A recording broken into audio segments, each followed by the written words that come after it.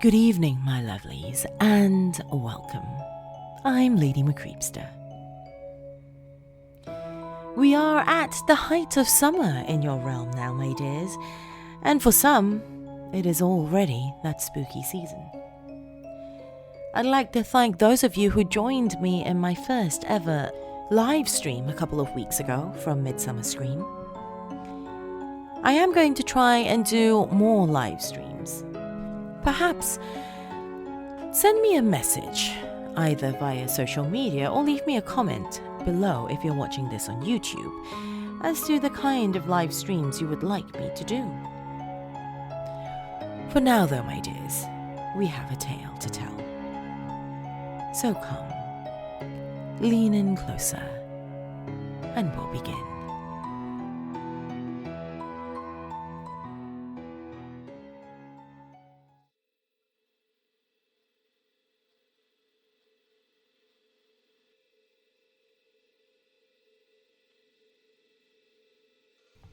I had a dream last night.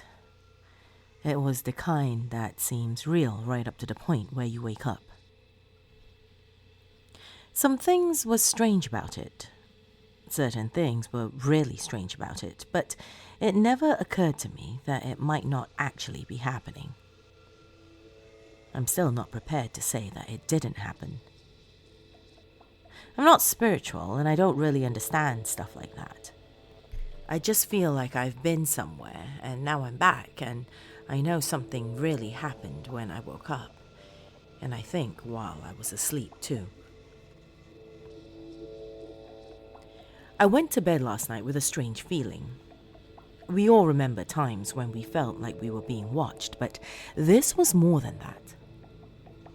I felt like there was someone there with me, but still I couldn't keep from falling asleep.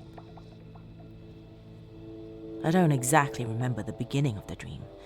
The first thing I remember was starting at my house and walking. I was just walking down the road. All of my neighbors' houses were gone. I was just on a long, empty road, and there was no one around but me. I don't remember what I had been doing at my house before, but I may have been there for a while before I started walking. I just recall feeling a strong urge to walk. I felt okay walking down that road. It was cold and dark, and I felt a little lost, but I wasn't afraid, not like I had been in my room. I don't know how long I was on that road. It felt like a long time. I mean like days long, but I never felt tired, and I just wanted to keep walking. The road changed after a while. It had been straight and nondescript the whole time, but eventually I reached a bend and then a fork in the road. When I reached the fork, I wasn't alone anymore. A familiar voice called out to me from the side of the road. "It's good to see you," the voice whispered. "I'm just sorry to see you're here." I turned to face the voice, knowing who I would see. It was an old friend from my childhood, someone I hadn't seen in years. He looked just a little different from how I remembered him, but not by much. He was older than when I saw him last, obviously, but he seemed at least a few years younger than me somehow, even though we're supposed to be the same age. He was also very pale. Unbelievably white, in fact, and he had deep circles around his eyes that were solid blue, as were his lips. "What are you doing here?" I asked. "I'm here to warn you," he replied. And naturally, I was all ears. "There is a man in your house right now," he explained. "What do you mean there's a man in my house? I was just there, I think." I didn't actually know how long ago I had been there. I wasn't sure how long I had been walking. "You don't understand," my friend stammered with apparent urgency. "He's really in your house right now." I had no idea what he was talking about, but I was curious. "Who is he?" I asked him. "He's the cold man. He comes to people at night when they're afraid." The cold man? I'd never heard of anyone like that before. I wanted to know more, so I asked, "What does he do?" "He waits to be noticed, and then he makes his move. You know that chill you feel on your back when something really scares you? That's not just nerves. That's him, standing behind you." "What for?" I wondered. "What does he do once you notice him?" My friend looked down and away. He wouldn't answer that question. "Just don't let him in," he cautioned. "What do you mean?" "He can be close forever," my friend explained. "He'll walk around your house at night and even stand in your room while you're asleep, like he is in yours right now. He can know where you are. He can even be looking right at you, but he won't find you unless you let him." "How does he find you? I mean, how do you let him?" My friend looked to either side of the road like he was worried that someone might overhear. He leaned in very close and whispered, "If you see him, if you hear him, or if you ever start to feel suddenly very cold, don't move. Don't talk to him. Don't acknowledge him. Don't ever let him in." "I don't understand," I admitted. "How do I get rid of him?" "You can't," my friend replied in a small, shuddering voice. "Look, I'm out of time." "Out of time?"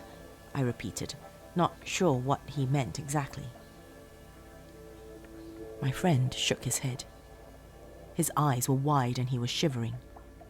Off in the distance, I noticed a dark figure creeping up behind him, but something kept me from speaking. "My time is up," he stammered. "Just whatever you do, don't let him in, and whatever you do, don't answer it." Something pulled my friend into the darkness, and suddenly I couldn't see him anymore. Before I could follow after him, though, I was startled awake by a loud noise. I was sitting in my room, fully dressed with my shoes on. I could swear I wasn't dressed when I went to bed. My shoes and legs were covered in dust, my feet were sore, and I could hear a ringing noise right next to me. In the confusion of waking up from such a vivid dream, I didn't immediately recognize it. I felt so cold. Then, I looked down and saw my phone. That was the source of the ringing. Remembering my friend's words, I didn't answer it. Eventually, it stopped ringing. The room was cold as ice. The feeling that I was being watched was as strong as it had been when I had fallen asleep. I could hear something moving inside my closet, but I dared not move. I just closed my eyes and waited. Eventually, I heard footsteps walking away, still from inside the closet. It was as if they were walking down some unseen hallway, though my closet is small and I couldn't see anything unusual in there. When the footsteps got far away enough, the cold lifted. He didn't get in this time. If my dream was true, if the thing in my closet was who I think it was, I must never let him in. I think he'll be back tonight, though. That's when he's supposed to come, as my friend told me. I don't know what happened to my friend, but I just hope people will remember his warning. If you start to feel cold while listening to this, don't be alarmed. If you hear something in your house, just ignore it. You can't afford to let him find you. Don't let the cold man in.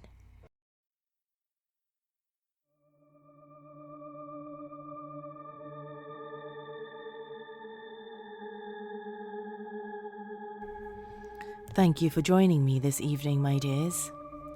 If you have just stumbled upon my realm, do feel free to have a look around, but be sure to hit that subscribe button before leaving. And additionally, for those of you who have found me on YouTube, hit that bell icon as well to be notified of new uploads.